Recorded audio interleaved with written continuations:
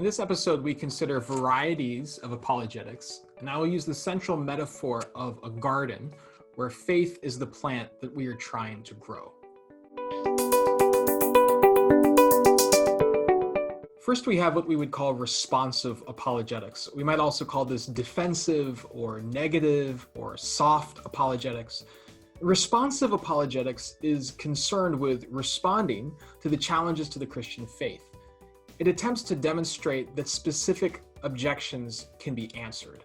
The key idea here is epistemic permission, the idea that it is rational for a person to believe in something, whether or not they actually do. In other words, you are not a simpleton or a fool to believe. So to use a metaphor, if evangelism is like gardening, then responsive apologetics is like weeding, the process of pulling up things that can choke out faith. You have to weed before you can water. Now, responsive apologetics might involve responding to objections like Christianity is irrational and unscientific, or Christians are hypocritical, so why should we listen to them? Responding to those specific objections, taking those obstacles out of the way, is basic responsive apologetics. Now, on the other side, we have what we might call proactive apologetics. We might also call this offensive or positive or hard apologetics, to contrast with defensive or responsive or soft apologetics. Proactive apologetics is concerned with demonstrating that a person should accept the Christian faith. Here we are not working with epistemic permission, but with epistemic obligation. The idea that a person should believe something, not just that they are rational to believe something. Think of the popular book by Joshua McDowell, Evidence That Demands a Verdict. That is an example of hard or proactive apologetics. The word demands is in there. This is a more proactive approach. It's like watering. It's nourishing faith by providing reasons to believe. Reasons may not be the basis of faith any more than water is the basis of plant health, but it can play an important part. Now, examples of proactive apologetics might include the argument from design. The design that we see in the world around us implies a designer. Or it might involve an argument like the argument from the resurrection, that since Jesus rose from the dead, he has authenticated himself as the Messiah. So we have responsive apologetics on the one side and proactive apologetics on the other. Now, midway between the two, we have what we might call deconstructive apologetics. It is proactive in that it seeks to refute other systems of belief, like an atheistic system of belief. But it is not proactive in the sense that it establishes the Christian faith as true. This was a favorite strategy of Francis Schaeffer. He called it taking the roof off. It means exposing the weaknesses and inconsistencies of a rival worldview. The roof shields a person from having to deal with reality, but once the roof is gone, each person must, quote, stand naked and wounded before the truth of what is. Now that is a quote from Schaeffer, and it sounds very aggressive, and it certainly can be, but it need not be. To stay with our gardening analogy, this might be more like the worm that God appoints in the book of Jonah that eats the roots of Jonah's plant. The plant, which is his defense mechanism. It withers and it exposes Jonah to the hot sun. One thing that postmodernism has shown us is the value of this sort of deconstruction. Yet we must not stop with deconstruction. We must go beyond deconstruction and build something as well. Now, a deconstructive apologetic might seek to show, for example, that atheism is irrational, or atheism is unlivable, or it might seek to show that a system of karma is impossible to escape from apart from something like grace. Now, at this point, I'm simply listing varieties of apologetics without necessarily making value judgments as to their value. But now I come to a variety of apologetics of which I have much to say. Imaginative apologetics. To stay with our gardening analogy, this has to do with the quality of the soil in which faith grows. The imaginative context is the soil for faith and for unbelief. Imaginative apologetics refers to at least two things. First, it refers to the use of imaginative and aesthetic resources for commending Christian faith, rather than strictly rational ones like proofs. See, many of our arguments deal with the truth of Christianity. It's oriented towards reason as the organ of truth. Reason breaks down reality into truth. But aesthetics deals with our apprehension of what is beautiful, and it is primarily oriented towards the imagination, which is the organ of meaning. The imagination is that which brings coherence and unity to scattered truths into a unified imaginative vision. So to say that apologetics could be imaginative in this sense means a strategy that takes the aesthetic dimension seriously.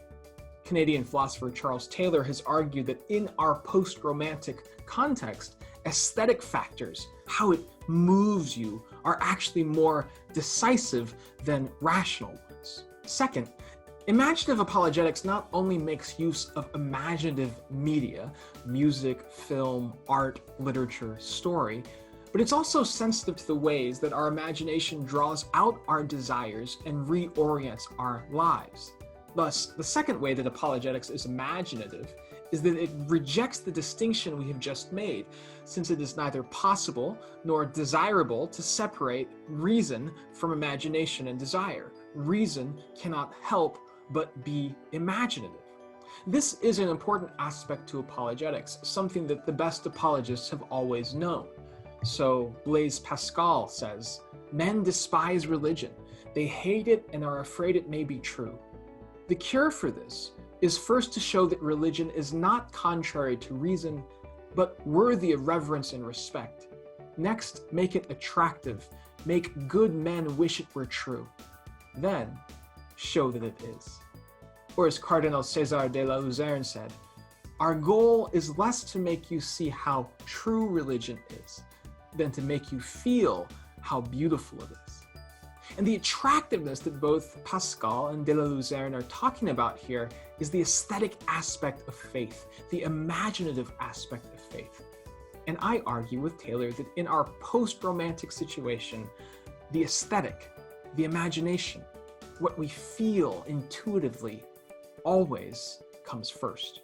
So this call for imaginative apologetics is representative of a necessary shift from speaking about worldview to speaking of social imaginaries. Formerly, we talked about worldview, which was usually expressed in terms of particular propositions and beliefs that people hold about the world. The assumption here is that our beliefs directly dictate the way that we navigate life in the world.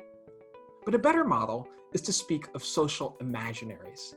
These are the stories that we live by, the cultural mythologies that are embodied in our personal projects that we are invested in and for which we live and die. See, people are ultimately moved by what they love, by what has captured their imagination, by what they care about. We can see social imaginaries captured by the language we use, what we talk about, our verbal expressions and responses. We can see what has captivated us by our practices, the rituals and habits that structure our lives, what we call liturgies in religion.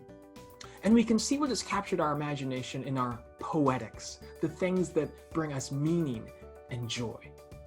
To take the imagination seriously means to take seriously our felt sense of the way that the world is and how we fit in it.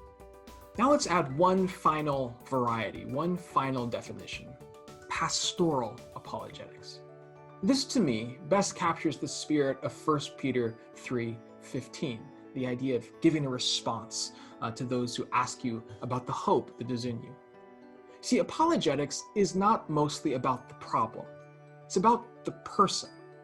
It does involve problem solving and persuasion, but pastoral apologetics places this problem in a real life situation, which is culturally sensitive and contextual. See, because in the real world, all objections to faith are contextual. They are rooted in personal histories, they are related to cultural values, They are reflective of personal concerns. Faith and doubt are always rooted in a person's story, in a person's situation, in a person's setting. Now, a person might say, well, you have been socialized to believe in Christianity. If you were better educated or enlightened, you would know better. And we could respond, that is no doubt true that I've been socialized to believe in Christianity, but you have also been socialized to question Christianity. Being socialized, conditioned, rooted somewhere is not a Christian problem. It's a description of the human situation. We have all been socialized and rooted and shaped by particular histories and contexts in which we find ourselves. And we will keep coming back to this theme throughout the course. See, all of us have been cultivated by our culture. The very idea of culture originates with gardening, cultivating the land. What grows in certain fields? Certain plants can only grow in certain fields. And in the same way, certain imaginaries, certain ways of envisioning the world, certain things that we are able to believe or that we have a hard time believing grow out of particular cultural contexts. So the key question in pastoral apologetics are things like this. What makes this belief unbelievable? Where does this objection come from? Why is this a problem for this particular person? Why is this question important to them? And what would sound like good news to them? As I will argue later in the course, pastoral apologetics is improvisational. Improvisation doesn't mean making it up as you go along. It means having a trained ear to hear what's been done and then to go on in the same way. It signifies that apologetics is a dynamic project, not a static presentation. If they say this, then you say that. Pastoral apologetics deals with the facts on the ground, the realities of where people are, and the real questions that real people are asking. So we have 5 varieties of apologetics: responsive apologetics, proactive apologetics, deconstructive apologetics, imaginative apologetics, and pastoral apologetics. Thanks for joining me.